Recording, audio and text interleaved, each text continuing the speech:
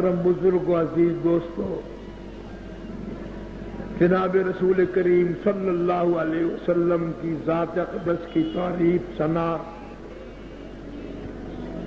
ربیع الاول کا مبارک مہینہ ہے، اسی لیے ان حضرات نے سید البشر کانفرنس رکھی ہے۔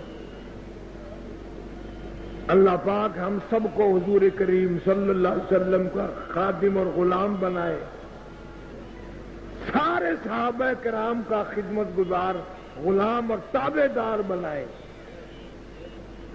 تمام مسلمانوں کے عیبوں کو معاف فرمائے، گناہوں کی معافی عطا فرمائے۔ جتنے مسلمان قبروں میں چلے گئے اللہ پاک سب کے مغفرت فرمائے، تمام مسلمانوں کی بخشش فرمائے، جوار رحمت میں جگہ عطا فرمائے۔ رات بات یہاں تک پہنچی تھی کہ صحابہ کرام رضوان اللہ تعالی علیہ مجمعین کی پوری جماعت، ایسی جماعت جن کے جنازے حضور صلی اللہ علیہ وسلم نے پڑھائے، جن کی بیٹیوں کے نکاح حضور صلی اللہ علیہ وسلم نے پڑھائے، بیمار پڑے تو پوچھنے کے لیے، تیمارداری کے لیے سرکار دو عالم صلی اللہ علیہ وسلم تشریف لائے۔ علامہ نبوی علامہ ابن کثیر رحمت اللہ علیہ نے لکھا ہے کہ ساری دنیا کی عبادت، نماز، روزے، حج، زکات، تسبیح، تحلیل، تہجد، اشراق، سب ایک پلڑے میں رکھو، صحابہ کرام کی جو مٹھی جو کا مقابلہ نہیں ہو سکتا۔ ایک حدیث میں ہے کہ تمہارے تمام اعمال کھجور کی 2 گٹھلیوں کا مقابلہ نہیں کر سکتے۔ ایک حدیث میں ہے کہ تم اگر احد پہاڑ کھولنے کا اللہ کے نام پہ صدقہ کرو تو صحابہ کرام کی 2 مٹھی جو کا مقابلہ نہیں ہے۔ کتنی عظمت ہے، کتنی برتری حاصل ہے پوری امت پہ صحابہ کرام رضوان اللہ تعالی علیہ مجمعین۔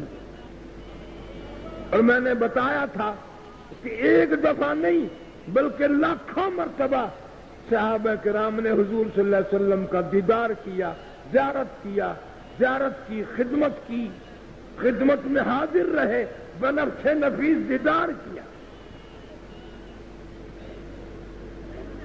حضرت حسن، حضرت حسین رضی اللہ تعالیٰ عنہ نے سیدنا علی مرتضیٰ رضی اللہ تعالیٰ عنہ سے پوچھا کہ آپ کی گفتگو کیسے ہوتی تھی، ملاقات کیسے ہوتی تھی، آنا جانا کیسے ہوتا تھا؟ جب بتایا ہے انہوں نے کہ یوں بیٹھتے تھے اور یوں اٹھتے تھے اور یوں ملاقات ہوتی تو حیران ہو جاتا آدمی۔ رسول کریم صلی اللہ علیہ وسلم کے سارے اعمال، سارے کردار صحابہ کرام میں محفوظ ہیں اور صحابہ کرام نے امت کو بتائے ہیں سارے۔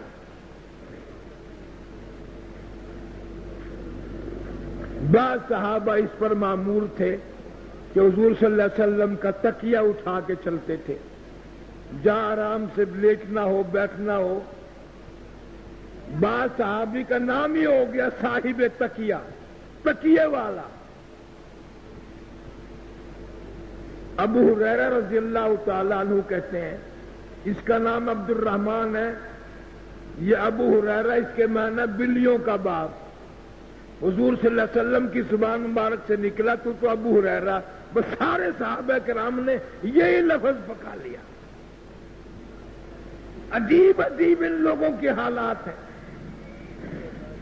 سفینہ، حضور صلی اللہ علیہ وسلم نے ایک صحابی کو فرما دیا، تو نے تو اتنا سامان اٹھایا ہوا ہے جیسے سفینہ، تو اس کا نام ہی گم ہو گیا، سارے صحابہ اس کو سفینہ ہی کہنے لگے۔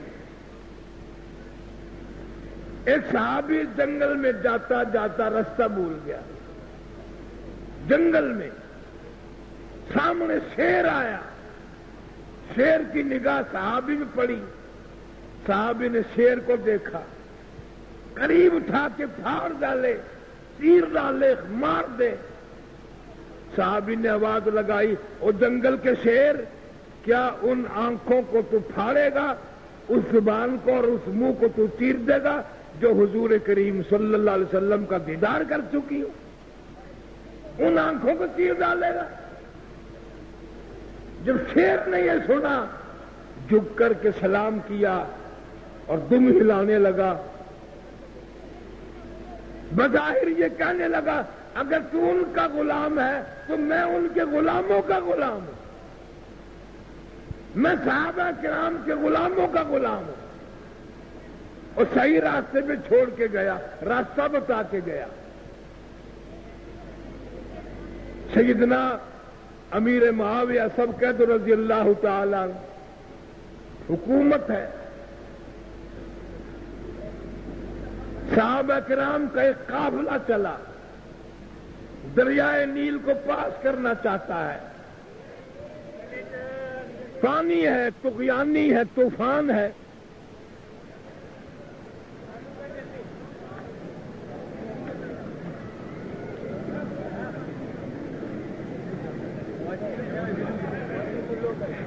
سنتے تھے کراچی میں حکومت والے بھی سدھے ہو جاتے ہیں، کراچی والوں تم سے تو کچھ بھی سدھا نہیں ہوتا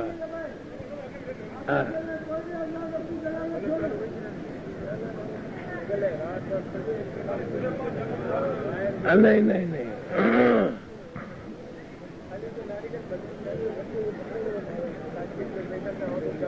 نہیں ان بتیوں کا تو اعتبار ہی نہیں نا، خدا یہ بڑے بڑے گبر جو اللہ ان کو دفع کرے، امت کے لیے تباہی کا ذریعہ یہی لوگ ہیں۔ سرکاری ملازم کام نہیں کرتا، بالکل کام کرنا چھوڑ دیا ہے،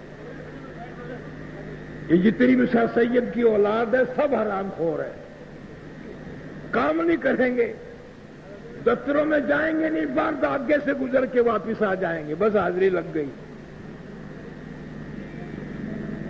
چلو ان لوگوں سے ہمیں کیا لینا، ان کی قبریں الگ بنیں گی، میری قبر الگ بنے گی، ان کے معاملات اور ہیں، ہمارے معاملات اور ہیں،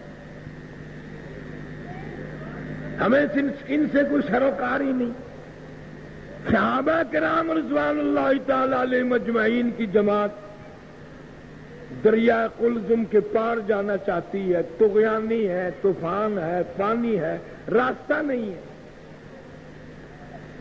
حضرت سعد رضی اللہ تعالیٰ عنہ قیادت میں لشکر جا رہا ہے صحابہ کرام کا، سب نے کہا کیسے پار جائیں، کیسے پار جائیں۔ حضرت سعد رضی اللہ تعالیٰ عنہ کا یقین دیکھو، دریا کے قریب کھڑے ہو کر کہا یا ایھا البحر، او دریا ہم تیرا منہ کب تک دیکھتے رہیں گے؟ موسیٰ علیہ السلام کے غلاموں کو تو نے رستے بنا کر کے دیے، اور محمد صلی اللہ علیہ وسلم کے غلام تیرا کھڑے ہوئے منہ دیکھ رہے ہیں۔ تاریخ گواہ ہے کہ دریا نے سڑکیں بنا کے پیش کر دی، صحابہ کرام پار نکل گئے۔ باہر نکل کے کیا دیکھا کہ ایک بوڑھا صحابی رو رہا ہے۔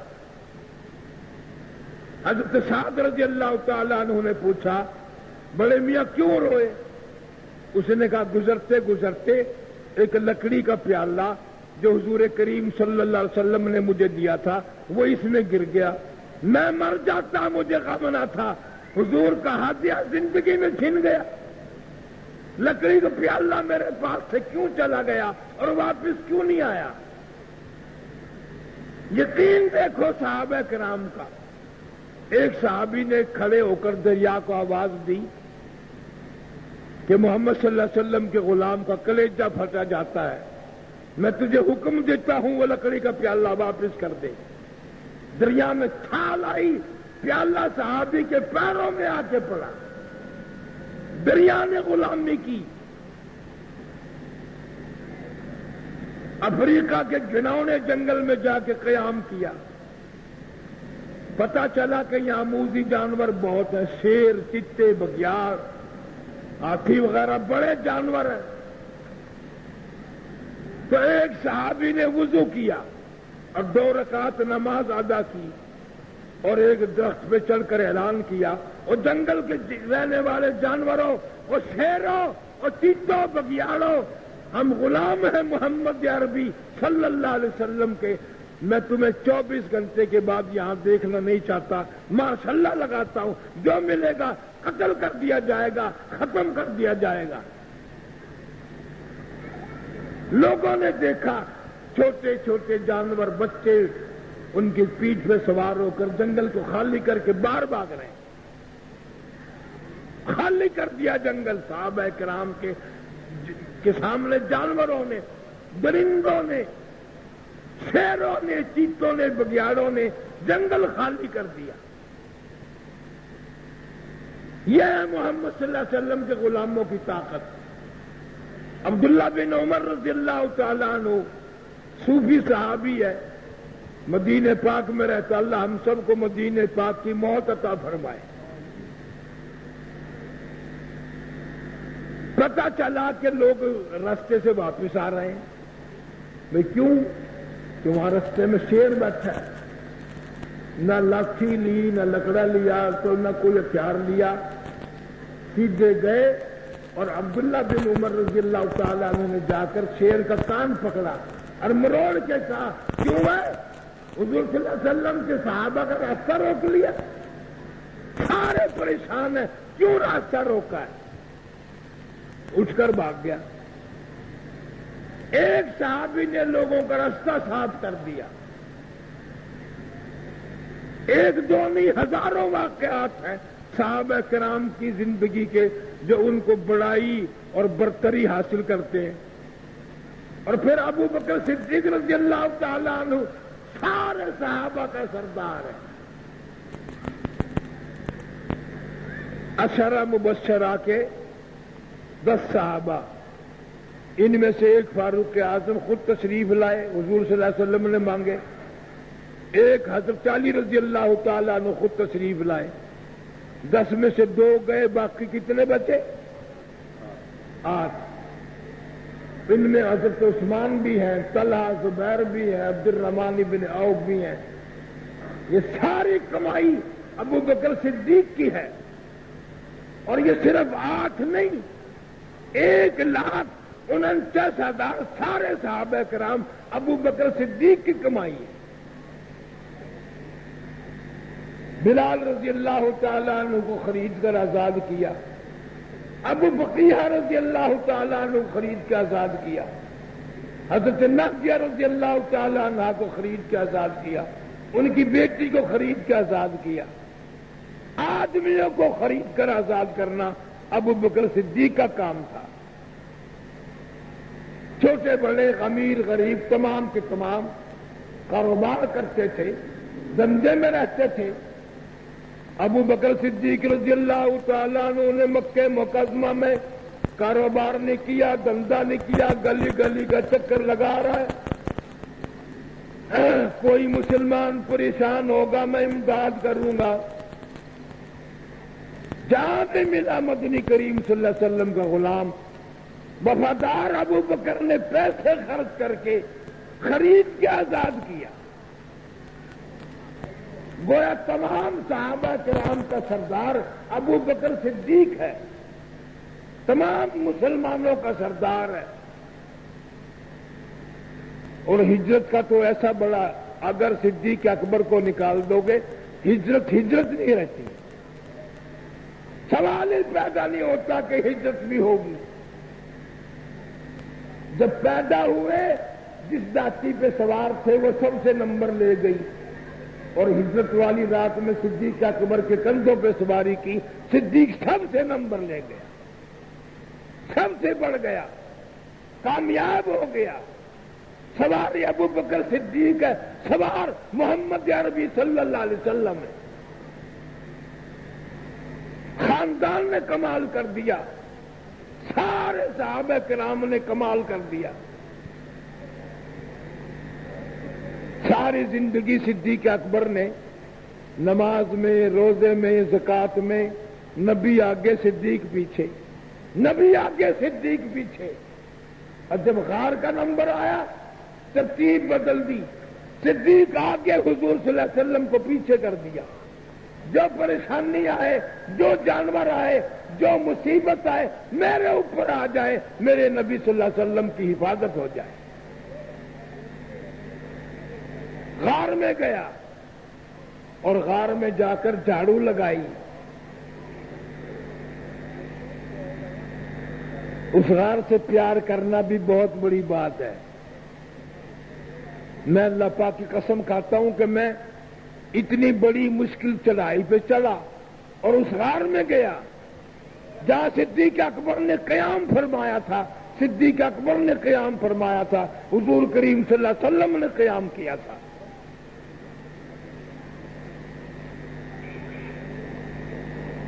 گویا جولی پھیلا دی، رحل بچھ گئی، قرآن آ جائے۔ صدیق اکبر نے ساری چیزوں کی تیاری کر لی، 14 سوراخ دیکھے۔ ان کے لیے کیا انتظام ہے؟ کرتا اتارا، ان کی ٹاکیاں بنا کر سوراخوں میں ٹھوک دی۔ وہ کپڑے کی تجارت کرنے تھوڑی گیا تھا، وہاں کپڑا بیچنے نہیں گیا تھا، کرتا اتارا۔ ابو بکر صدیق رضی اللہ تعالی عنہ نے ایک سوراخ بچا، اس پہ پیر لگا دیا اور محمد عربی صلی اللہ علیہ وسلم کو آواز دی، آپ تشریف لے آئیں۔ ریل بچ گئی، قرآن آ گیا۔ صدیق اکبر رضی اللہ تعالی عنہ کی جھولی ہے، حضور صلی اللہ علیہ وسلم آرام فرما رہے ہیں اور حالت ایسی ہے، جبریل بھی نہیں، علی بھی نہیں، فاطمہ بھی نہیں، کوئی نہیں، کوئی نہیں، اکیلا صدیق اکبر دیدار کر رہا ہے، اکیلا ابو بکر دیدار کر رہا ہے اور کہتا کہ ہن مٹیاں راتاں غار دیاں سائیں نال جو گزریاں کلیاں نے صدیق دے سارے یاراں تو ربری وکریاں رحمتاں گلیاں نے۔ عجیب حالت ہے۔ اذ یقول لصاحبہ لا تحزن کا مصداق صرف ابو بکر صدیق ہے۔ آواز دی، اکیلا ابو بکر دیدار کر رہا، کوئی نہیں، کوئی نہیں۔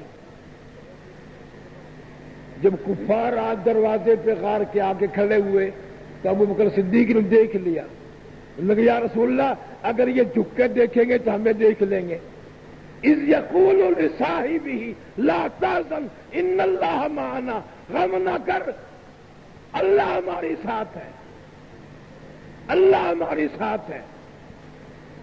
دو ابو بکر صدیق اور نبی کریم صلی اللہ علیہ وسلم ہے، فرمایا ان اللہ معنا، ایک ذات خدا کی ہے جو ہمارے ساتھ ہے، شامل حال ہے۔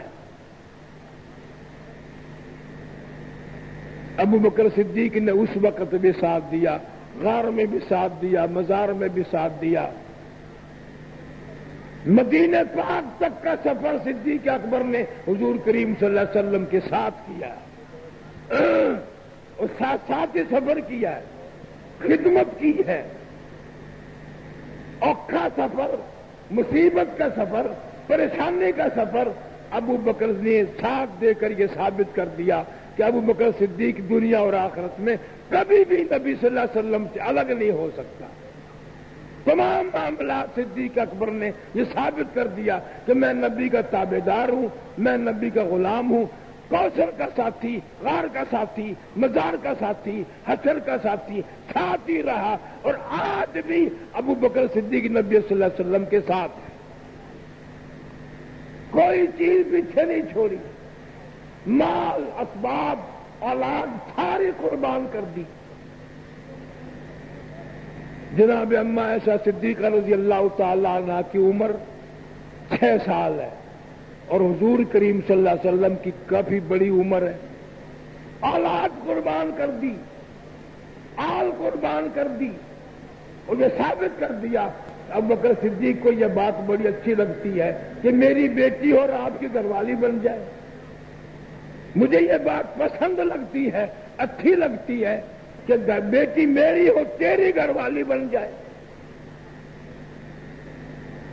یہ نہ دیکھا کیا عمر ہے، کیا موقع ہے، کیا محل ہے، عائشہ صدیقہ کو قربان کر دیا حضور صلی اللہ علیہ وسلم کی جھولی میں ڈال کر۔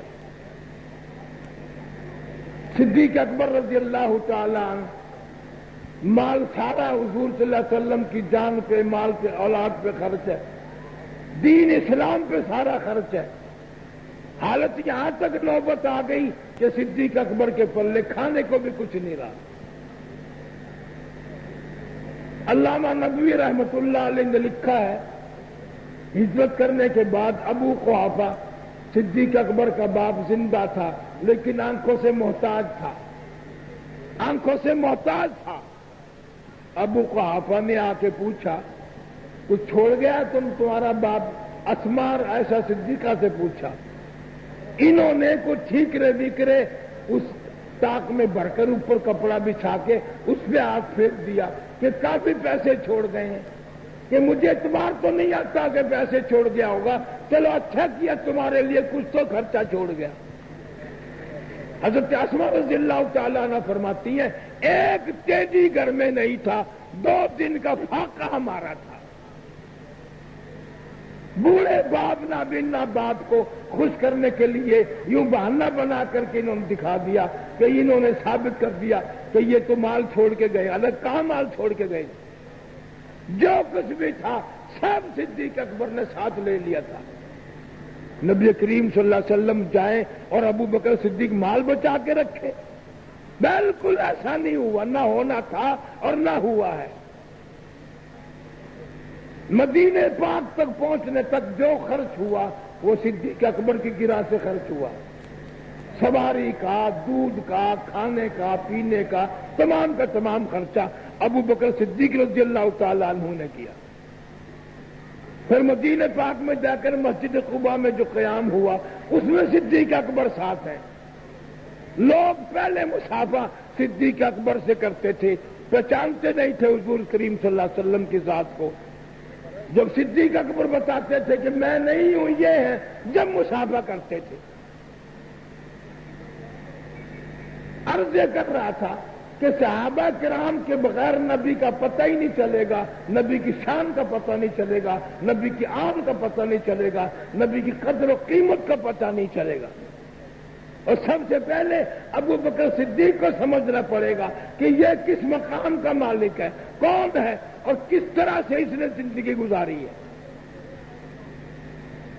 مکے کا سب سے بڑا تاجر، سب سے بڑا کاروباری، سب سے بڑا پیسے والا، نبی صلی اللہ علیہ وسلم پر جو ایمان لایا، خرچ کیا، بھوکا مرا، فاقے کاٹے ابو بکر صدیق نے سارا مال حضور کریم صلی اللہ علیہ وسلم کی ذات اقدس پہ خرچ کر دیا۔ مدینہ منورہ میں مسجد نبی کی چھت نہیں ہے، ڈوم میں صدیق اکبر بیٹھے۔ فاروق اعظم رضی اللہ تعالیٰ عنہ نے پوچھا یہاں کیوں بیٹھے ہو؟ بتایا کہ اللہ نے مال بڑھا دیا تھا، میں نے سارا خرچ کر دیا، آج 2 دن کی بھوک نے مجھے تنگ کر دیا، میں گھر میں نہ بیٹھ سکا۔ جناب فاروق اعظم رضی اللہ تعالیٰ عنہ نے جواب دیا میرا 3 دن کا فاقہ ہے، میرا 3 دن کا فاقہ ہے۔ دونوں بیٹھ گئے، حضور کریم صلی اللہ علیہ وسلم تشریف لائے، انہوں نے وجہ پوچھی، انہوں نے وجہ بتائی۔ حضور کریم صلی اللہ علیہ وسلم کی آنکھوں میں آنسو آ گئے اور فرمایا تمہارے نبی کا آج 5 دن کا فاقہ ہے، 5 دن کا فاقہ ہے۔ نبی کے یہاں فاقوں کا ڈیرا تھا، دولت کا ڈیرا نہیں تھا، قرآن کا ڈیرا تھا، پیسوں کا ڈیرا نہیں تھا۔ اما عائشہ صدیقہ رضی اللہ تعالیٰ عنہ فرماتی ہیں کہ میں اکثر روٹی پکایا کرتی تھی، کھلنی نہیں تھی، پھونک مار دیتی تھی، جو گھاس اڑ گیا سا اڑ گیا، باقی بیچ میں پکتا تھا۔ اور حضور صلی اللہ علیہ وسلم نے قسم کھا کے فرمایا 23 برس میں ایک وقت بھی ایسا نہیں جو پیٹ بھر کے میں نے کھانا کھایا، 23 سال میں ایسا وقت نہیں۔ ہمارے اوپر اگر 2 دن بھی آ جائیں تو ساری زندگی یاد رہیں گے۔ اللہ کے محبوب پاک صلی اللہ علیہ وسلم نے زندگی گزاری، 23 سال میں ایک وقت پیٹ بھر کے کھانا نہ کھایا۔ اور کبھی تانا نہیں دیا کسی کو کہ یہ حال ہے۔ اما عائشہ صدیقہ رضی اللہ تعالی عنہا فرماتی ہیں کہ نبی صلی اللہ علیہ وسلم کے لیے کھانے کو کچھ نہ ہوتا تھا، کوئی سائل آ جاتا مانگنے والا، مجھے حکم ملتا کچھ ہو تو دے دے، میں عرض کر دیتی یا رسول اللہ اللہ کا نام ہے، اسی کی برکت ہے۔ بعض مرتبہ نہ دینے کے لیے کچھ ہوتا، نہ کھانے کے لیے کچھ ہوتا، سب کچھ یوں ہی رہ جاتا۔ 2270 حدیثیں حضور کریم صلی اللہ علیہ وسلم کی اما عائشہ صدیقہ رضی اللہ تعالیٰ عنہ سے روایت ہے۔ ساری زندگی حضور کریم صلی اللہ علیہ وسلم کا ساتھ جو رہا، پردے کی، گھریلو زندگی کی ساری حدیثیں حضرت اما عائشہ صدیقہ سے روایت ہیں۔ 2270 حدیثوں کی راوی کو آج لوگ برا کہتے ہیں، مانتے نہیں ہیں، اور تو نہ مان، تیرے ماننے سے کیا ہوتا ہے؟ اہل بیت کو مانتے ہیں، صحابہ کرام کو مانتے ہیں، سارے اللہ والے ہر چیز کو تسلیم کرتے ہیں۔ مدینہ منورہ میں اتنی مشکلوں کا سامنا کرنا پڑا، کئی دن فاقے کاٹے، مصیبت کے کاٹے، 14 پیمند لگے ہوئے تھے۔ ابو بکر صدیق رضی اللہ تعالی عنہ بیمار تھے، ایسا صدیقہ رضی اللہ تعالی عنہ کے ہاتھ میں نیا کپڑا دیکھ لیا تو فرمایا ایسا یہ کیا ہے؟ کہ ابا جان میں نے کپڑا منگوا لیا، خدا جانے کب کام آ جائے گا، موت کا پتہ تو نہیں۔ تو فرمایا ایسا یہ کسی مدینے کی بیوہ کو دے دینا، سر پہ ڈال کے پردہ کر لے گی، میرے اوپر نیا کفن نہیں ڈالنا، میرے اوپر نیا کفن نہیں ڈالنا، میری یہ پرانی چادر دھو کر یہی مجھے کفن دے دینا۔ ساری کائنات کے سردار کا کفن تو دیکھ لو، شرم آئے گی تمہیں بھی اور مجھے بھی۔ نئے کفن سے انکار کر دیا، برملا انکار کر دیا کہ میں حضور صلی اللہ علیہ وسلم کے سامنے شرمندہ ہو جاؤں گا، نیا کفن پہن کے جاؤں گا، مجھے کوئی ضرورت نہیں، نیا کفن نہ دینا۔ مدینے کی بیوہ زیادہ حقدار ہے بنسبت میرے مر جانے کے بعد میں اپنے اوپر نیا کفن ڈالوں۔ جس نے پوری کمائی میں سے، پوری بادشاہت میں سے، خلافت میں سے کفن بھی نہ لیا، آج لوگ اس کو گالیاں دیتے ہیں۔ نبی کا جانشین، نبی کا سسر، نبی کا خلیفہ اول، جس نے نبی کے دور میں، زندگی میں، حیات میں 17 نمازیں مصلی پہ کھڑے ہو کے پڑھائی، لیکن کفن پرانا ہے۔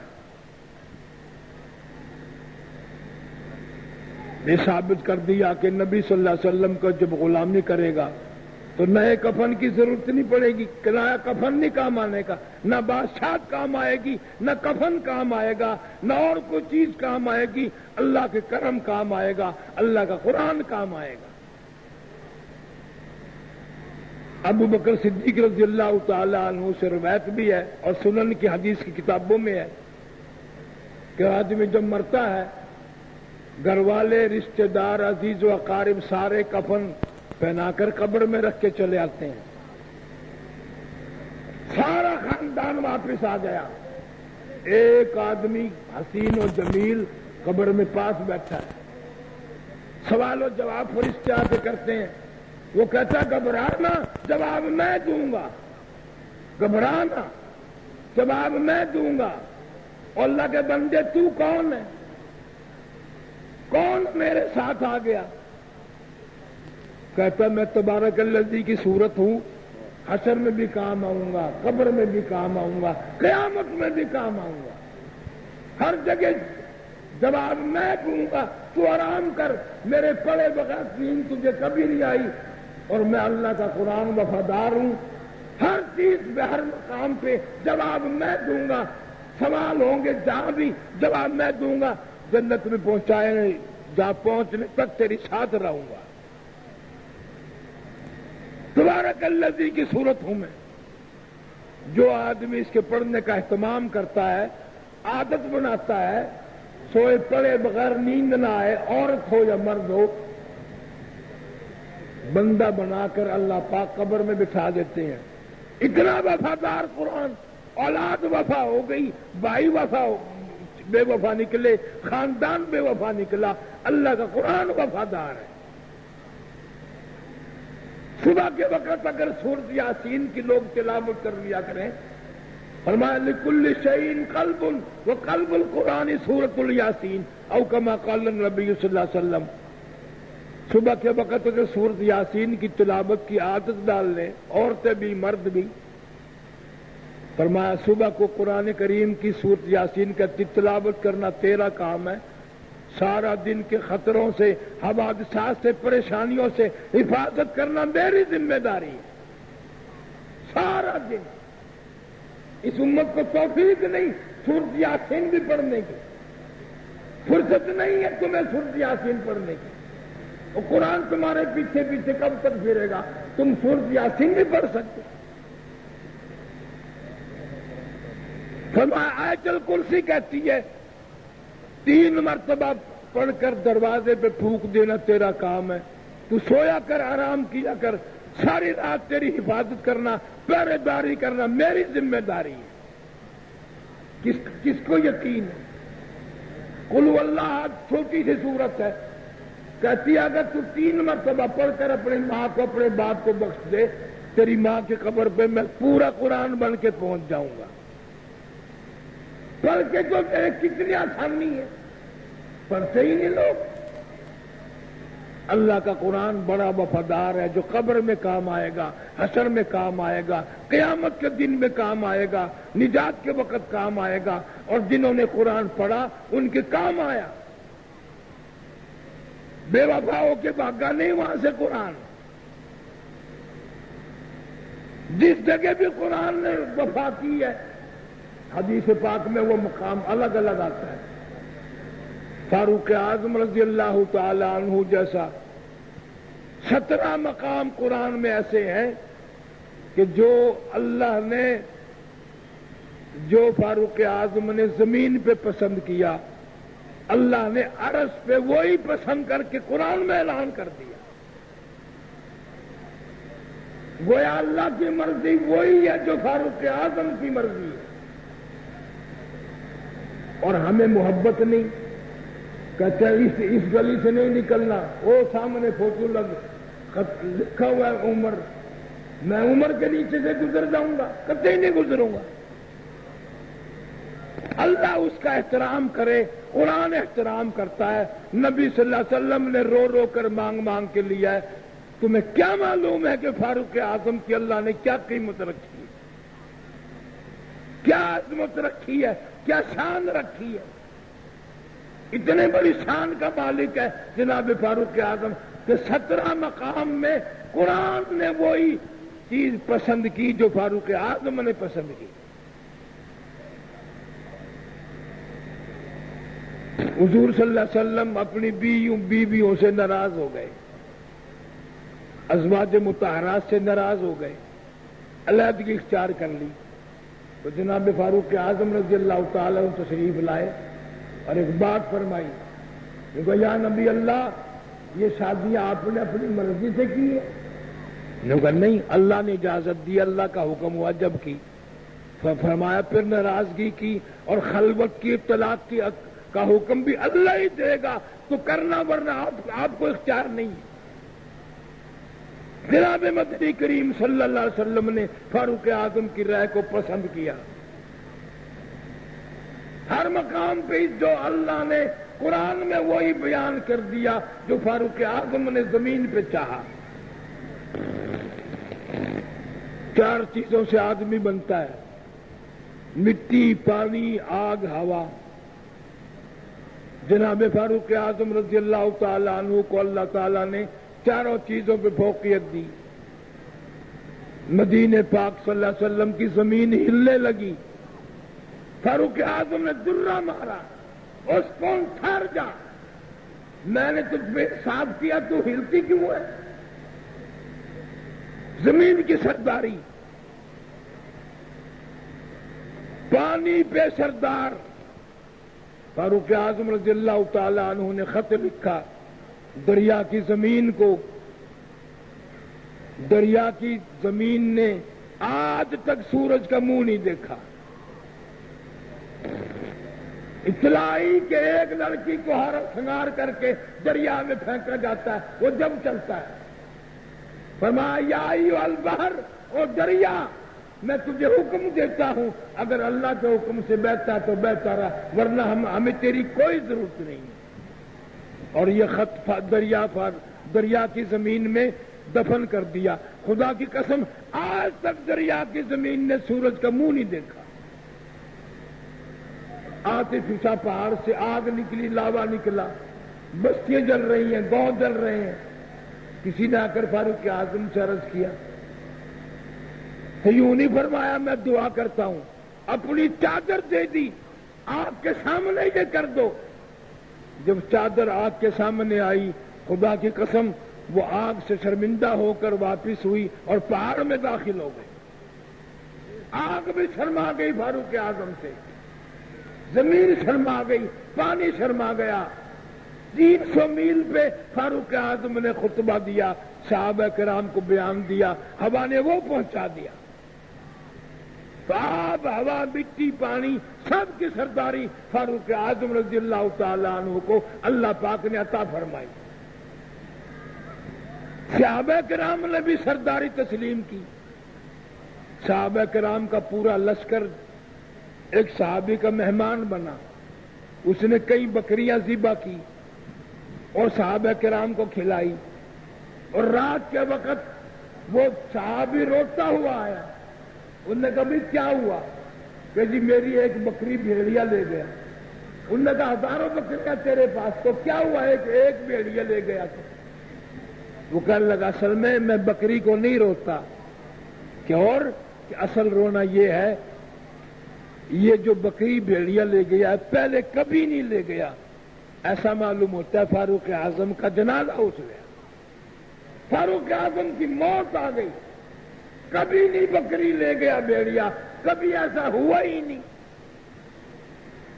یوں معلوم ہوتا ہے کہ فاروق اعظم رضی اللہ تعالیٰ عنہ کا جنازہ اٹھ گیا, موت آ گئی ہے. اور بعد میں پتا چلا کہ واقعی موت آ گئی. جبھی تو بھی شیر بھیڑیا بکری کو لے گیا, ورنہ کبھی نہیں لے گیا تھا. ان حضرات کے تو مقدر نرالے, مقام نرالے. کوئی نبی کا داماد ہے, کوئی نبی کا سسر ہے, کوئی نبی کا رشتہ دار ہے, وفادار ہے, غمخوار ہے, تابع دار تو سارے ہی ہیں. عورتوں نے کمال کر دیا. مدینہ پاک میں ایک عورت مسلمان رہتی ہے, ماں اس کی کافرہ ہے. پیدل چل کر آئی, مدینے میں آئی, دروازہ کھٹکھٹایا. بیٹی نے پوچھا کون ہے؟ انہوں نے کہا بیٹی میں تیری اماں ہوں, مکے سے کتنا بڑا سفر پیدل کر کے آئی ہوں, تیرا منہ دیکھنے کے لیے آئی ہوں. اتنا بڑا سفر کر کے آئی ہوں, پیدل چل کر آئی ہوں. تو وہ عورت کہتی ہے کہ آپ کو باہر کھڑا رہنا پڑے گا. میں حضور کریم صلی اللہ علیہ وسلم سے جب تک پوچھ نہ لوں کہ کافر ماں کو گھر میں آنے دینا جائز ہے کہ نہیں, اس وقت تک آپ کو باہر رہنا پڑے گا. کہاں سے ایسا دل لایا جائے گا؟ پھر وہ کہنے لگی میں غریب ہوں, میری کچھ مدد کر. انہوں نے کہا یہ بھی حضور صلی اللہ علیہ وسلم سے پوچھنا پڑے گا کہ غریب ماں کی خدمت کرنا, کچھ اس کو دینا آپ کی طرف سے اجازت ہے کہ نہیں. ماں ہے حالانکہ. کافر ماں کو گھر میں آنے دینے پر حضور صلی اللہ علیہ وسلم سے پوچھا, مال متا دینے پر حضور صلی اللہ علیہ وسلم سے پوچھا. ایک عورت کا ایمان ہے, ایک عورت کا یقین ہے, اور ذات کا اتنا بڑا یقین ہے کہ آج مردوں کو بھی نصیب نہیں.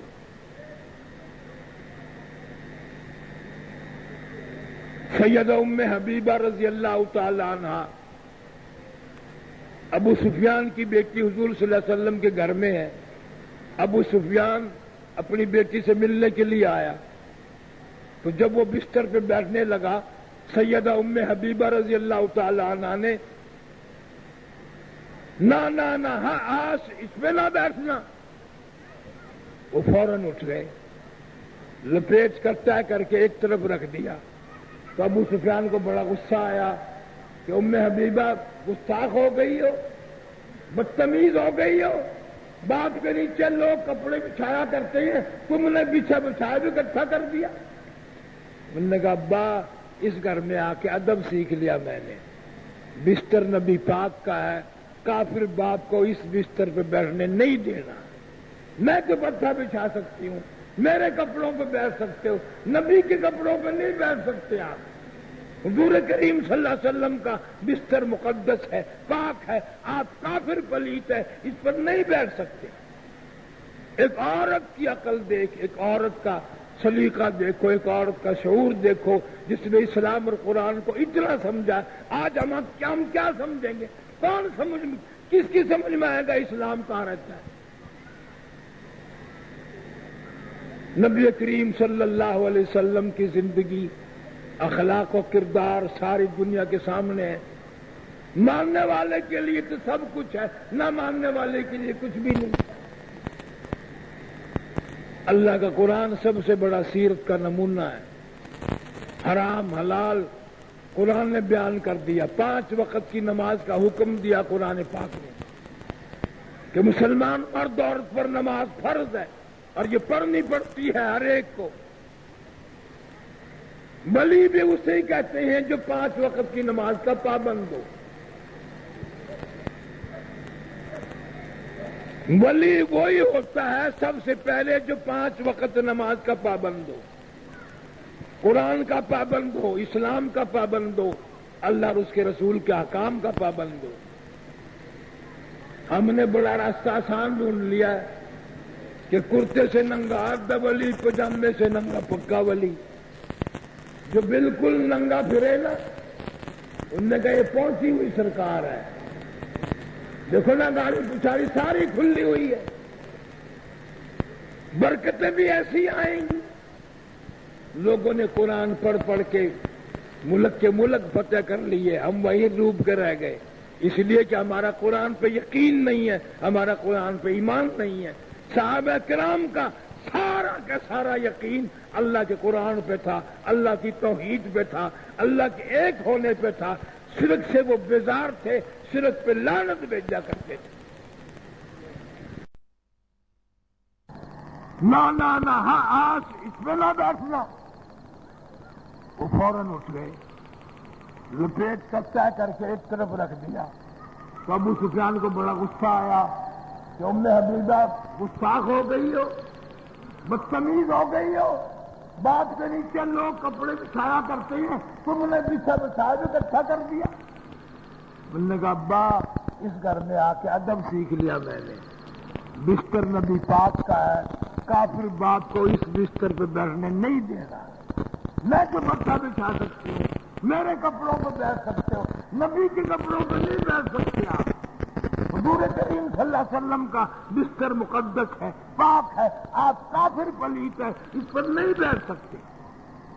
ایک عورت کی عقل دیکھ، ایک عورت کا سلیقہ دیکھو، ایک عورت کا شعور دیکھو، جس نے اسلام اور قرآن کو اتنا سمجھا۔ آج ہم کیا سمجھیں گے؟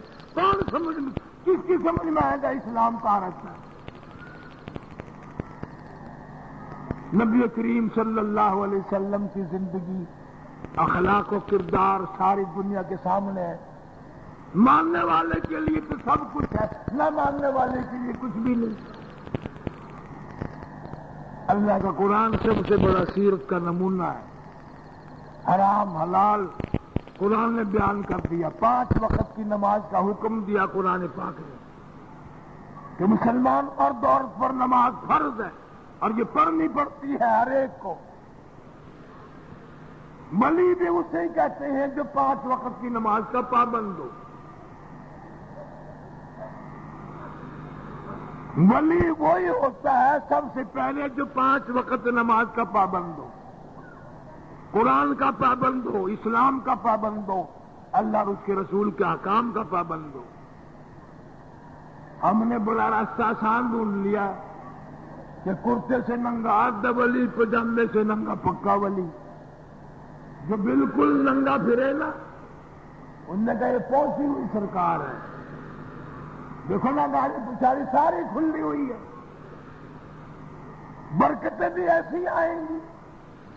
لوگوں نے قرآن پڑھ پڑھ کے ملک کے ملک فتح کر لیے، ہم وہیں ڈوب کر رہ گئے، اس لیے کہ ہمارا قرآن پہ یقین نہیں ہے، ہمارا قرآن پہ ایمان نہیں ہے. صحابہ کرام کا سارا یقین اللہ کے قرآن پہ تھا، اللہ کی توحید پہ تھا، اللہ کے ایک ہونے پہ تھا. شرک سے وہ بیزار تھے، شرک پہ لعنت بھیجا کرتے تھے. آج مسلمان نوجوان ان سارے معاملات میں پھنسا ہوا ہے. وہ کرتا جو اس کے دل میں آتا ہے، وہ کرتا جو اس کے دل میں آتا ہے. اس کو دین کہتے ہیں، اس کو ایمان بنایا ہوا ہے. ہر فالتو کام ہمارے لیے دین ایمان ہے. مرتے وقت کسی کو کلمہ نصیب ہو کہ نہ ہو، قرآن نصیب ہو کہ نہ ہو، طبیعت مزاج میں آئے یا نہ آئے، لیکن ہم نے کر دینا.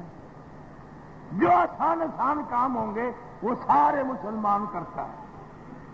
نہیں دیکھنا صحابہ کرام کا عمل تھا، کردار تھا، طریقہ تھا کہ نہیں تھا، تمام چیزوں پہ نہیں دیکھنا. اما عائشہ صدیقہ رضی اللہ تعالیٰ عنہ باوجود عورت ہونے کے زبان عائشہ صدیقہ کی اللہ کا قرآن پڑھ رہی ہے، تلاوت ہے قرآن پاک کی. گھر کی دیوار میں سوراخ ہے، اس میں سے آواز آ رہی ہے.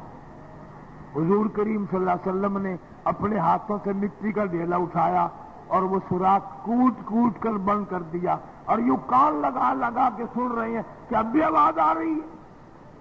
ماں کی آواز اور بچوں کو، جوانوں کو، بوڑھوں کو آ رہی ہے کہ نہیں آ رہی، اور قرآن کی آواز. آج ہمارا دماغ کہاں گیا، عقل کہاں گئی؟ ہماری زندگی کے سامنے سب کچھ برباد ہو گیا. زندے میں گھر گھر میں ٹیلی ویژن ہے، گھر گھر میں ٹیلی ویژن ہے، کمرے کمرے میں الگ الگ. اب تو بلکہ یہاں تک نوبت آ گئی. میں ملتان میں 40 سال ہو گئے جمعہ پڑھاتا ہوں. ایک نوجوان آ کے کہنے لگا کہ جی میری دادی فوت ہو گئی ہے، بخشش کی دعا کر دینا. میں نے یوں ہی پوچھ لیا، میں نے کہا یار بیمار تھی؟ انہوں نے کہا نہیں تھی. پھر میں نے کہا کیا ہوا؟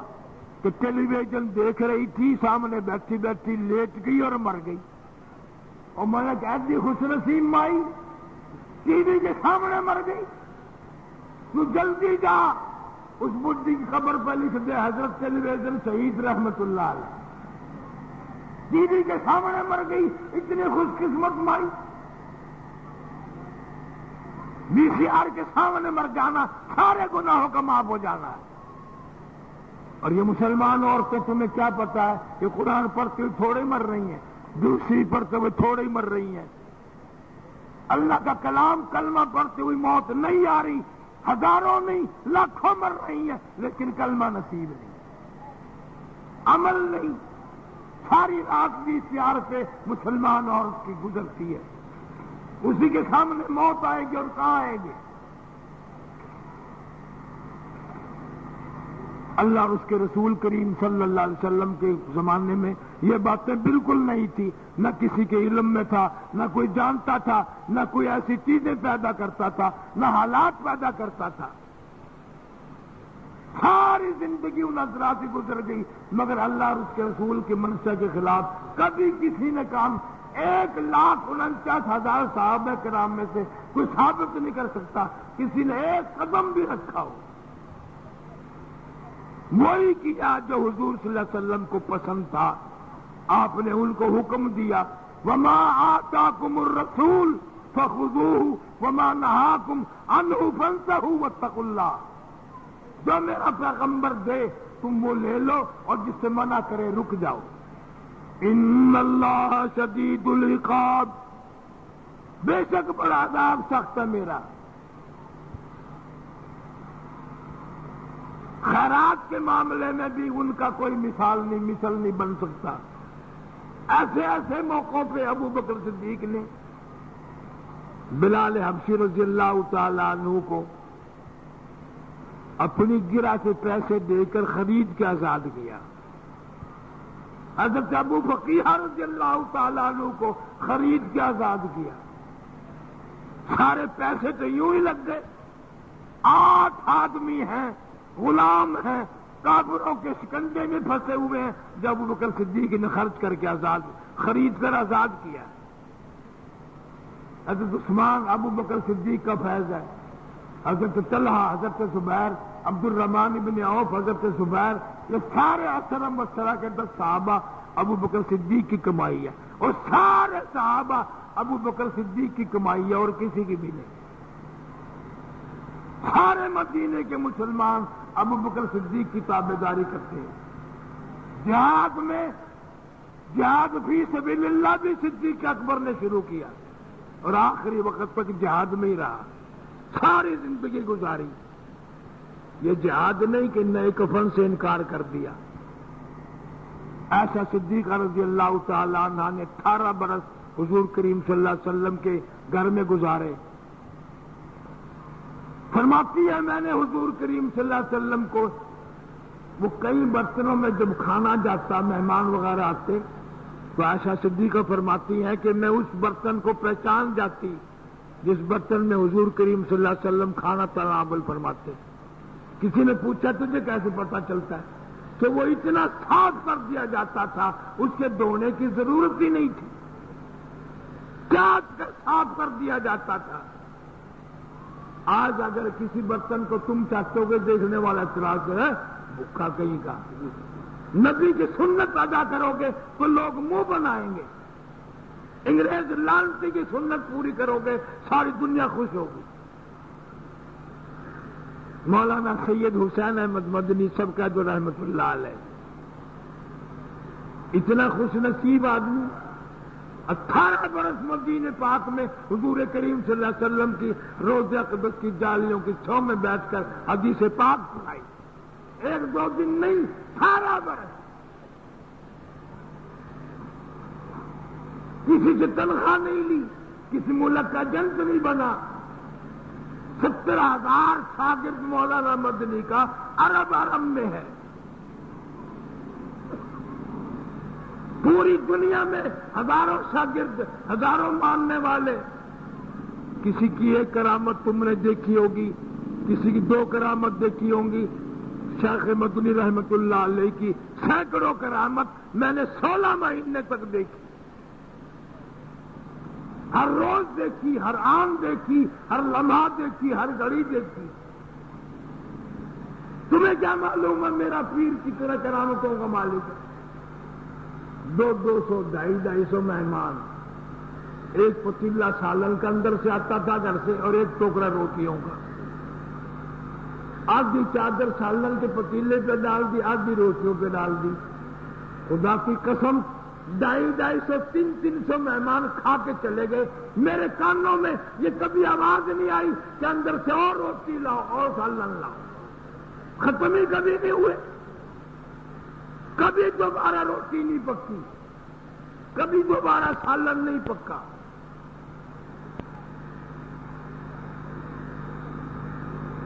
اولاد کو بھی یہی تربیت دی کہ مہمان کی خاطر تواضع کرنی ہے. جس دن جنازہ اٹھا شیخ مدنی رحمت اللہ علیہ، اخبار نے لکھا 95,000 روپے کا اس زمانے میں شیخ مدنی مقروض تھا. 95,000 کھلانے میں پلانے میں لوگوں کا اتنا بڑا مقروض تھا. 95,000 کا شیخ مدنی مقروض تھا. 4 ٹوکرے پانوں کے لوگ کھاتے تھے. رات دن میں 4 قسم کی چائے ملتی تھی. اللہ پر اتنا بڑا یقین تھا شیخ مدنی رحمت اللہ علیہ کا. اور شیخ الہند کے شاگرد 1-2 نہیں، ہزاروں تھے جنہوں نے یہ سارے کام انجام دیے. خداوند کریم ان حضرات کی ہم سب کو توفیق عطا فرمائے.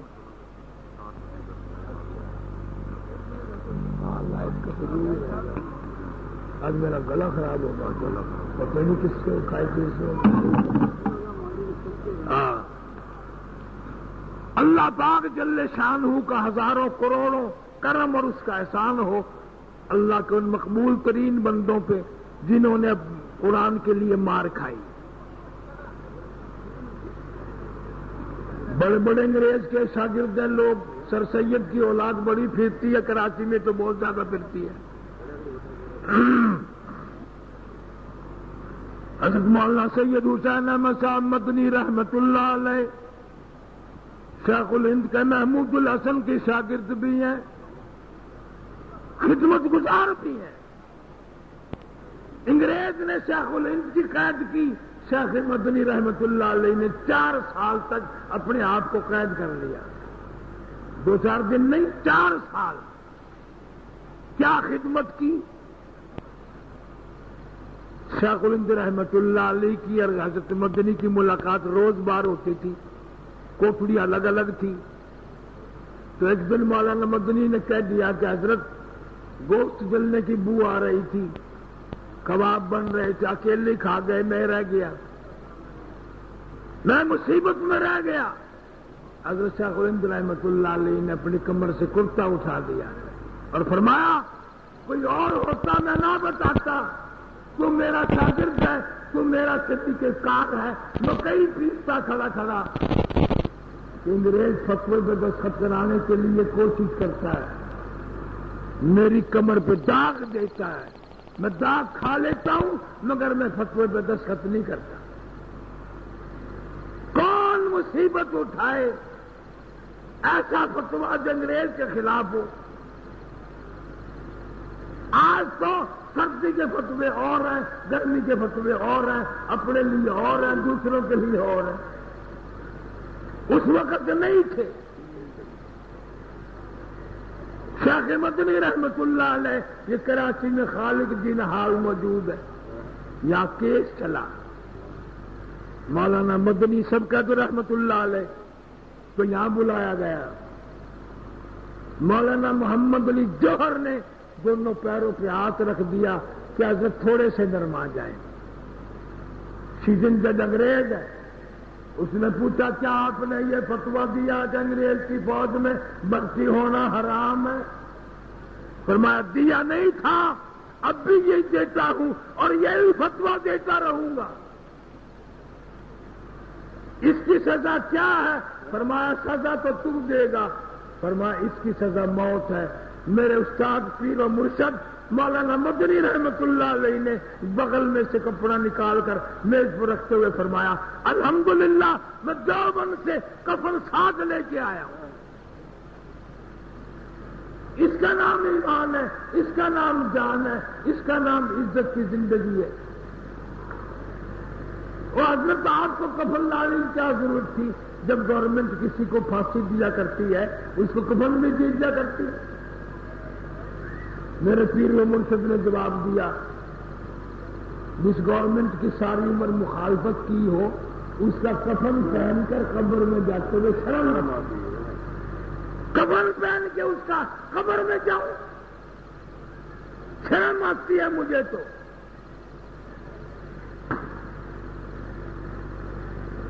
میری معلومات یہ ہے انگریز مل فیکٹری کا بنا ہوا کفن اگر کسی مردے پہ تھا تو میرے پیر مرشد نے جنازہ نہیں پڑھایا جب تک کھدر کا کفن نہ ہو۔ انگریز کے مل کا، انگریز کی فیکٹری کا بنا ہوا کفن ہوا تو میرے پیر و مرشد نے جنازہ نہیں پڑھایا۔ فرمایا کہ میں دستخط نہیں کروں گا اور انگریز کی فوج کو بھرتی ہونے کو حرام کرتا رہوں گا۔ آج بھی حرام ہے، کل کو بھی حرام ہے، پرسوں کو بھی حرام ہے۔ آج تو لوگ انگریز بڑے خوش ہوتے ہیں، میں جلسے بغیر جگہ لوگ مجھ سے کہنے لگے یہ جنتیوں کو تو پتہ ہے کہ جنتیوں کی زبان عربی ہوگی، خدا کا قرآن عربی ہے، جہنم کی بولی کوئی مولوی نہیں بتاتا کیا ہوگی۔ میں نے کہا میں بتا دوں انگریزی ہوگی، انگریزی بول لیں گے جہنمی سارے۔ کیا انگریز نے کم کسر رکھی ہے؟ 100-200 نہیں، لاکھوں علماء کو پھانسی چلایا۔ 4000 عربی مدرسے تھے دلی کے چاروں طرف۔ سن 57 کی جنگ آزادی میں علماء ٹکرائے اور تم نہیں ٹکرائے، تم نہیں ٹکرا سکتے کراچی والوں، تمہارے پاس اتنا مضبوط ایمان کہاں سے آیا؟ بڑے بڑے علماء ٹکرائے، یہاں تک لکھا مولانا مناظر حسن گیلانی نے کہ کالے پانی میں 14 میل لمبا قبرستان ہے، 14 میل لمبا۔ ان کے نام بھی معلوم نہیں جن اللہ والوں نے جان دی، قربانی دی۔ فرانسیسی مورخ لکھتا ہے کہ دلی کے بازاروں میں سڑکوں پہ روڑی کوٹنے والے ہزاروں نہیں سینکڑوں علماء کے اوپر سے چلا دیے گئے۔ کوئی چاند جیسی شکل والا عالم اٹھ کے نہ بھاگا سامنے سے۔ 4000 عربی مدرسوں میں سے کوئی لانگری نہ بچا، کوئی اذان دینے والا نہ بچا، کوئی جھاڑو دینے والا نہ بچا، کوئی تکبیر کہنے والا نہ، سارے اللہ کو پیارے ہو گئے۔ اور دلی سے لے کر مراد آباد تک، دلی سے لے کر پانی پت تک، دلی سے لے کر غازی آباد تک 50 میل کے ایریے میں کوئی درخت ایسا نہ تھا، کوئی شاخ ایسے نہ تھی، کوئی ٹہنا ایسا نہ تھا جس پہ کسی عالم دین کی لاش نہ لٹکی۔ فرمایا ہری ہے شاخ تمنا۔ شیخ مدنی رحمت اللہ علیہ فرماتے ہیں کچھ نہیں بگڑا، دنیا ساری مر جائے، ارادہ نہ جلے، کوئی فرق نہیں پڑتا۔ آج بھی انشاءاللہ ختم پہ لگے ہوئے ہیں، مولویوں کے پیٹ اور پھر گئے ختم پڑتے پڑتے، سارا دین ان کے پیٹ میں اتر گیا۔ اصحاب رسول صلی اللہ علیہ وسلم اور علماء دیوبند قربانیوں کے صدقے میں اللہ کے یہاں جنت میں کھانا کھائیں گے، اللہ کے دسترخوان پہ کھانا کھائیں گے، لیکن لوگوں سے مانگ مانگ کر بھیک اور ختم کا کھانا نہیں کھائیں گے۔ سارے صحابہ، مولانا رحمت اللہ کرانوی رحمت اللہ علیہ انگریز سے ٹکرائے، شام کے وقت میں کارا بجتا تھا، ملک خدا کا، حکم رحمت اللہ کا، اتنا مارا انگریز کو، برگس نکل کے انگریز کا مار کھاتے کھاتے پیدل چلے، کرانے سے دلی آئے اور دلی سے سورت گئے اور پھر مکہ مکرمہ پہنچ گئے۔ مولانا رحمت اللہ کرانوی، یہ مدرسہ 100 روپیہ جو مکے میں ہے، یہ مولانا رحمت اللہ کی ایجاد ہے، انہی کی بنیاد رکھی ہوئی ہے۔ عورتیں ایسی تھی جو قرآن کے مدرسے مکے جیسے شہر میں بھی قائم کرتی تھی۔ حاجی امداد اللہ مہاجر مکی رحمت اللہ علیہ کی مرید تھی ایک عورت کلکتے کی، سہولت النساء، مدرسہ بنایا، پانی کا انتظام نہیں ہوا اس میں، تو خواب میں کیا دیکھتی ہے، جنت میں اعلیٰ محل ہے، کمرے پہ کمرہ، لیکن پانی نہیں، پیاسی پھر رہی ہے۔ خود ہی تعبیر سمجھ گئی پانی کا انتظام کرنا پڑے گا، پھر اس نے انتظام کیا۔ اللہ والی عورت ہو مرد ہو قرآن کا کام کریں گے۔ شیخ مدنی رحمت اللہ علیہ نے جسارت کا ثبوت دیا، بہادری کا ثبوت دیا۔ 11 جنازے گھر سے اٹھے مولانا مدنی رحمت اللہ علیہ کے، لیکن انگریز کے سامنے چکے نہیں قطعی۔ ٹیلی گرام آیا، تیری والدہ کا انتقال ہو گیا، منہ دیکھ لے، جنازہ پڑھ لے آ کے۔ جواب دے دیا، فرمایا نہیں، میری والدہ کی اللہ مغفرت فرمائے، میں والدہ کا منہ دیکھنے کے لیے انگریز جیسے ظالم کے سامنے ضمانت کی بھیک نہیں مانگتا۔ مولانا ابوالکلام آزاد مرحوم کی اہلیہ کلکتے سے ٹیلی گرام دیتی ہے، میرا آخری وقت ہے، منہ دیکھنے کو دل چاہتا ہے، میرا منہ دیکھ جاؤ، اپنا دکھا جاؤ۔ مولانا ابوالکلام آزاد نے جواب ٹیلی گرام دے دیا، اگر تیرا وقت آ گیا قرآن پڑھتی ہوئی چلی جا، اللہ اللہ کرتی ہوئی چلی جا، درود پاک پڑھتی ہوئی چلی جا، خدا کا قرآن پڑھتی ہوئی چلی جا، انشاءاللہ کل میری تیری حوض کوثر پہ ملاقات ہوگی۔ میں تجھ سے ملنے کے لیے انگریز جیسے کمینے ظالم سے ضمانت کی بھیک نہیں مانگتا۔ کیا غیرت تھی ان لوگوں کی، کیا ان کے دلوں میں عظمت تھی، قرآن کی، اللہ پر ایمان کی اور اسی پر موت آ جانے کی۔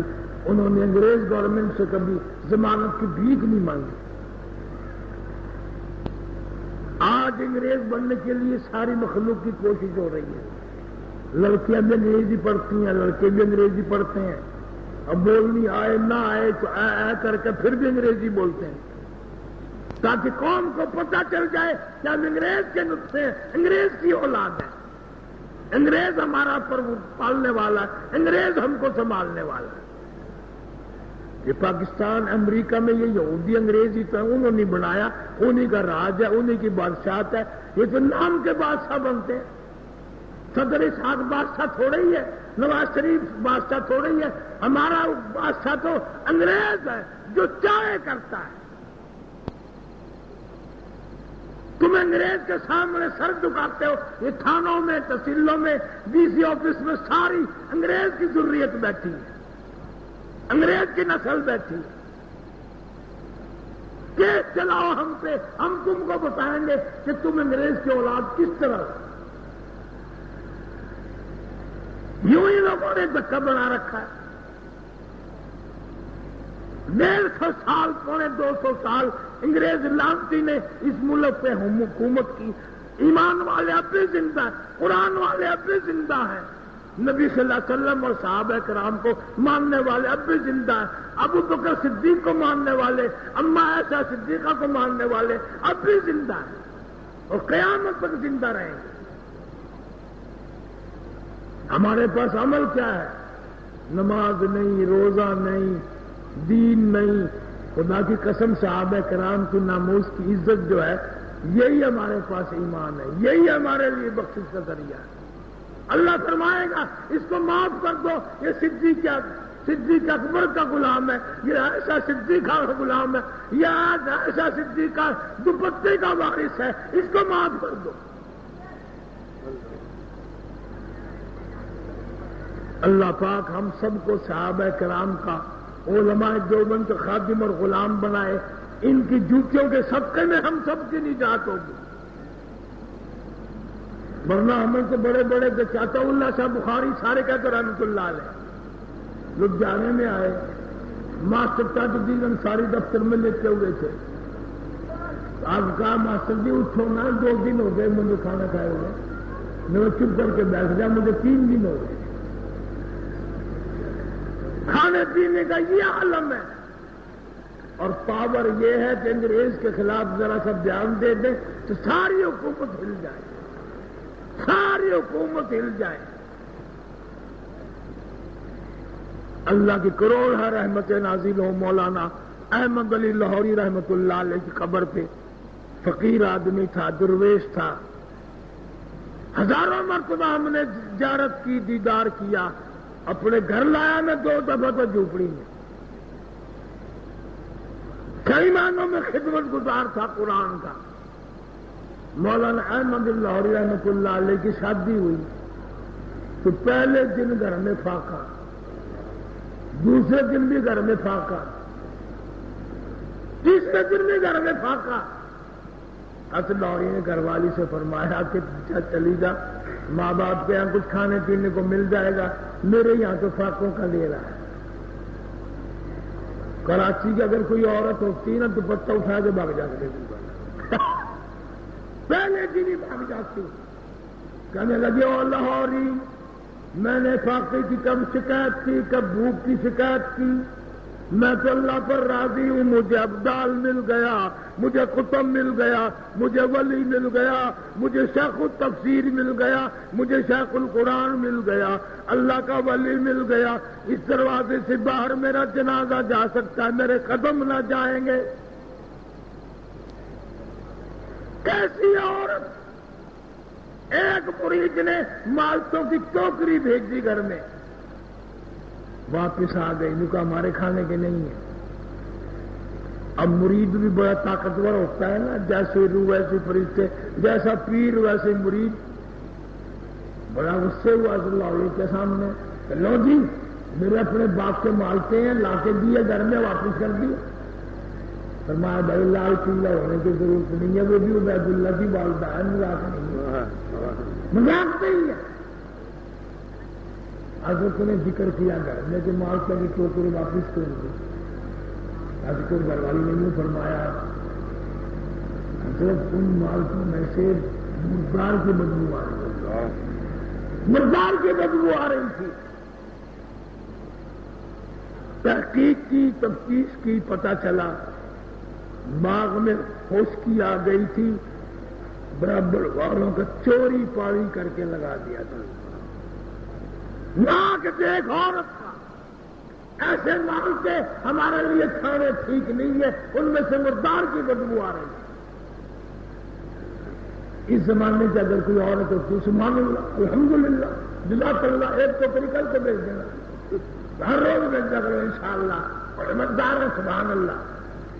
لاہوری کی گھر والی نے واپس کر دیا، مولانا عبید اللہ انور کی والدہ نے واپس کر دیا، مولانا حبیب اللہ کی والدہ نے واپس کر دیا. یہ کیا بیچارے مولانا اجمل قادری وغیرہ کیا سمجھے کہ دادی اور دادا کس حیثیت کے مالک تھے اور کس مقام کے مالک تھے اور کس مرتبے کے مالک تھے. انہیں پتا نہیں، تمہیں کیا پتا چلے گا. اللہ پاک ناموس صحابہ پر مرمٹنے کی توفیق عطا فرما. علماء دیوبند کے قدموں پہ جان مال قربان کرنے کی توفیق عطا فرما. یہ جتنے حضرات سوسائٹی والے خرچ کرتے ہیں، حرج کرتے ہیں، محنت کرتے ہیں، دوڑ دھوپ کرتے ہیں، کیا اللہ کو پتہ نہیں ان کا کوئی ذاتی مفاد ہے، کوئی کاروباری مفاد ہے، کوئی آخرت کا، کوئی دنیا کا اور الگ مفاد ہے؟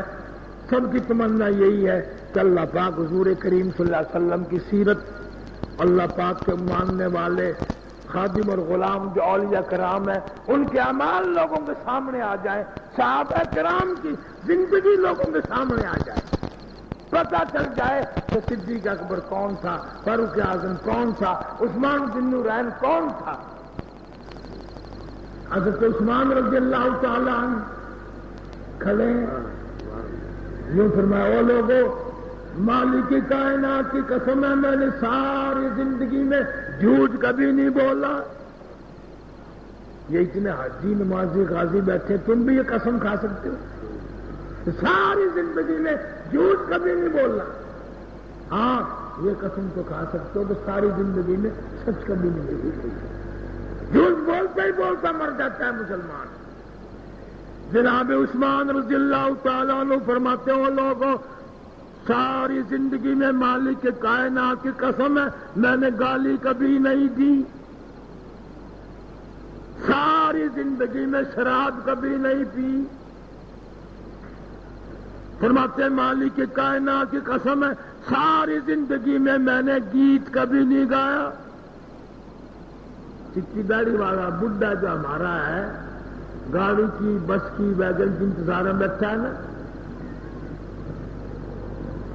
وہاں بھی گانے چل رہے ہیں، بڑے میاں کے اندر کنجری گھسی ہوئی ہے، اور سے کپڑا سی رہی ہیں، برتن مانج رہی ہیں. ہاں بھائی ادا اور طریقہ مسلمانوں والا. مرتے دم تک بھی اور پکاتی ہے، مرتے دم تک چٹی داڑھی والا مرد گاتا ہے. کلمہ پڑھتے ہوئے نہیں موت آتی، گیت گاتے ہوئے موت آتی. جناب نبی کریم صلی اللہ علیہ وسلم نے فرمایا او لوگوں میری امت بھی ایک وقت ایسا آئے گا قرآن پڑھتے ہوئے موت نہیں آئے گی، درود شریف پڑھتے ہوئے موت نہیں آئے گی، اللہ اللہ کرتے ہوئے موت نہیں آئے گی. ادھر موت کا جھٹکا لگے گا، ادھر منہ میں کنجری کا گانا ہوگا، گیت گاتے لوگ مریں گے. شرم نہیں آتی پھر بھی، حیا نہیں آتی پھر بھی، کس حال میں موت آئی ہے، کیا کرتے ہوئے موت آئی ہے. اللہ پاک ہم سب کو قرآن پڑھتے ہوئے موت عطا فرمائے، صحابہ کرام کی تعریف کرتے ہوئے موت آئے، علماء دیوبند کا اتباع اور اقتداء کرتے کرتے موت آئے.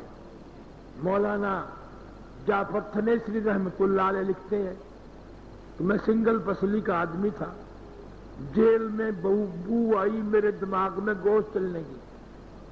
میں نے دیوار پر چڑھ کے دیکھا 1 درجن کے قریب علماء دیوبند کو لٹایا ہوا ہے اور داغ دے رہی ہیں 12 کے 12 کو. مولانا جعفر تھنیسری لکھتے ہیں میرے دیکھتے دیکھتے 12 کے 12 مولوی شہید ہو گئے، مگر کسی نے بھی جان چھڑانے کے لیے جھوٹ نہ بولا، نہ کسی نے معافی مانگی۔ علماء دیوبند تو ان کو کہتے ہیں مر جانا منظور ہے، بات سے پیچھے نہیں ہٹنا، وہ ہے دیوبندی۔ ہر وقت پابندی، ہر وقت پابندی، ہر وقت شرارت، ہر وقت۔ اور جنہوں نے مدینہ یہی بنا لیا، جانے کی ضرورت نہیں، بیت اللہ یہاں بنا لیا، بیٹھو اور زیارت کرو اور جاؤ، پیسے دو اور جاؤ بس۔ کتنا سستا سستا ہے، نہ پیسے بھرنے ہیں، نہ سفر کرنا ہے، نہ تکلیف اٹھانا۔ مدینہ یہی ہے، مکہ یہی ہے، جیسی روح ایسی فرشتے، جیسا مکہ مدینہ یہاں ہے ایسے دیکھنے والے آ جائیں گے۔ اور وضو کر کے جاتے ہیں اکثر لوگ، سبحان اللہ کرتے ہیں۔ تمام چیزیں آیا ہیں کہ مکے کی بے ادبی، مدینے کی بے ادبی کرنے والوں اللہ تمہیں کبھی معاف نہیں کرے گا، کبھی معافی نہیں ملے گی تمہیں۔ اللہ کے دین کا مذاق اڑانا، اللہ کے دین کی توہین کرنا، اللہ کے دین کے ساتھ بدماشی کرنا خدا کو گوارا نہیں ہے، خدا ان چیزوں کو معاف نہیں کرتا۔ اب یہ شہر میں کیا ہو رہا ہے؟ یہی حال اختیار ہے، اور بڑے بڑے ولی اٹھیں گے، چاولوں کے چھولوں کی چاول کو دیگ پکائیں گے، سبحان اللہ، نیاز تقسیم ہو رہی ہے۔ جب جانوں میں تو ایسے چاول پکا کے داماد کو کھلائے، تیرے سالے کو کھلا، پتہ چلے گا، تیرے بہنوئی کو کھلا، جو بہن کو طلاق دے کے یہیں نہ بٹھا دے۔ جو مر گیا اس کی نیاز یہ سب سے کم پیسوں والی۔ اللہ تعالی ہم سب کی قبروں کو جزائے خیر عطا فرمائے، تمام مسلمانوں کو جزائے خیر دے، دنیا اور آخرت میں کامیابی عطا فرمائے۔ علماء دیوبند کی قبروں پہ اللہ کروڑوں رحمتیں نازل فرمائے۔ جان دے دی، ایمان نہ دیا، ایک دو نہیں، کروڑوں ہیں، لاکھوں ہیں، شیخ الہند کے شاگرد ہیں، ماننے والے ہیں، پیر بھائی ہیں، مولانا رشید احمد گنگوئی ہے، شاہ اسماعیل شہید ہے، شہید ہو گیا، قبر میں چلا گیا، آج تک لوگوں کا غصہ نہیں نکلا۔ ان کو کافر کہتے ہو جنہوں نے قرآن کے لیے جان دے دی، ایمان نہیں دیا۔ دلی سے چلا شہزادہ جہاد کرتا کرتا، ہزروں کے میدان سے گزرا، کامل پور کے علاقے سے گزرا، جہاں سے گزرا لوگوں کے اندر زندگی پڑتی چلی گئی، ایمان یقین پیدا ہوتا چلا گیا۔ آج تک لوگ کافر بتاتے ہیں، کیوں؟ اس لیے کہ ایسے ایسے لوگ پیدا ہوئے، شہزادوں کے پالے ہوئے، شہزادیوں گود میں پلنے والوں نے دلی کی جامع مسجد کی دوپہر میں دھوپ میں شاہ اسماعیل کو کسی نے دیکھا گشت کر رہے ہیں، کسی نے کہا حضرت یہ پتھر جل رہا ہے، دھوپ ہے، گرمی، آرام کرو۔ فرمایا نہیں، ان پیروں کو آگ ہی بنا رہا ہوں، جہاد کا ارادہ ہے، جب گرم پتھر پہ چلنا پڑے میرے پاؤں جواب نہ دے دے، جواب نہ دے دے، میرے پیر آگ ہی بنا رہا ہوں۔ اللہ پاک ہر مسلمان کو جذبہ جہاد عطا فرمائے، قرآن کی معرفت عطا فرمائے، ناموس صحابہ کرام پہ مر مٹنے کی توفیق عطا فرمائے۔ پچھلی زندگی چھیڑ دی، ارادے بہت کچھ ہوتے ہیں، طبیعت اجازت نہیں دیتی، اب تو مجھے شوگر بھی ہو گیا، بلڈ پریشر بھی ہو گیا۔ اللہ پاک ان سب بیماریوں سے عام مسلمانوں کو محفوظ فرمائے، کسی کا محتاج، خدا کسی کا کسی کو محتاج نہ بنائے، اپنے دروازے سے ہم سب فقیروں کی جھولیوں کو آباد فرما، سارے توحید پرست لوگوں کی قبروں کو منور فرما، اللہ سب کی خطاؤں کو معاف فرما، سب بیماروں کو شفا عطا فرما، مشکلوں کو آسان فرما۔ ان پروگراموں کے لیے جنہوں نے خرچ کیا، حرج کیا، محنت کی، دوڑ دھوپ کیا، اللہ پاک ان کو جزائے خیر عطا فرمائے، برکتوں کا ذریعہ بنائے، ان کی اولاد کو اللہ پاک ہدایت عطا فرما، کاروبار میں برکت عطا فرما۔ ربنا آتنا فی الدنیا حسنۃ وفی الآخرۃ حسنۃ وقنا عذاب النار۔ اللہم صلی علی سیدنا و مولانا محمد وعلی آل سیدنا و مولانا محمد مبارک وسلم وصلی علیہ۔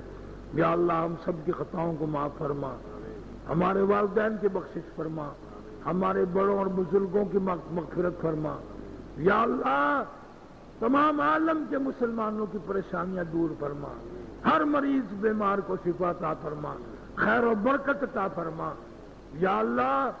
یہودیوں، عیسائیوں، مرزائیوں، شیعہ، یہ جتنے مسلمانوں کے لیے بدماشی بدتمیزی کر رہے ہیں، ہماری حفاظت فرما، دشمن کو ذلیل و خوار کر دے، قرآن کو کامیاب فرما، ناموس صحابہ کرام پر ہم سب کو مر مٹنے کی توفیق عطا فرما، جنت الفردوس عطا فرما یا اللہ۔ نار جہنم سے پناہ مانگتے حفاظت فرما، قبر حشر کا معاملہ آسان فرما، کلمے اور ایمان والی موت عطا فرما، صراط مستقیم نصیب فرما، ہم سب کی اولاد کو نیک نمازی بنا یا اللہ۔ دو جہان میں سرخری عطا فرما یا اللہ، عزت سے آبرو سے حفاظت فرما، تمام عالم کے مسلمانوں کو عزت عطا فرما، آبرو عطا فرما، ایمان یقین عطا فرما، تبلیغی جماعت جہاں کام کر رہی ہے قدم قدم پہ نصرت فرما، اور ان سب لوگوں کی محنت میں کوشش میں ہم سب کا حصہ عطا فرما۔ ربنا تقبل منا انك انت السميع العليم وتب علينا انك انت التواب الرحيم صلی اللہ علی حبیبہ محمد وآلہ وصحبہ اجمعین برحمتک یا ارحم الراحمین۔